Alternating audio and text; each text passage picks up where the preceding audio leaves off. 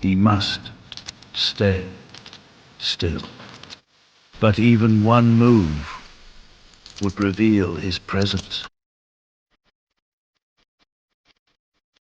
He packs 90% of his blood cells into his liver, hiding them away, and starts to become transparent.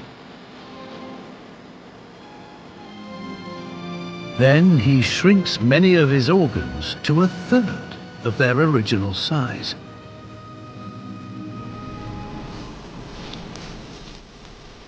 So he all but disappears.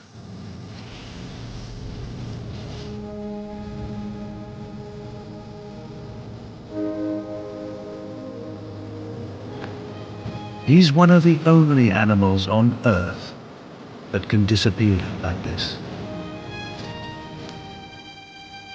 No wonder he's known as a glass frog.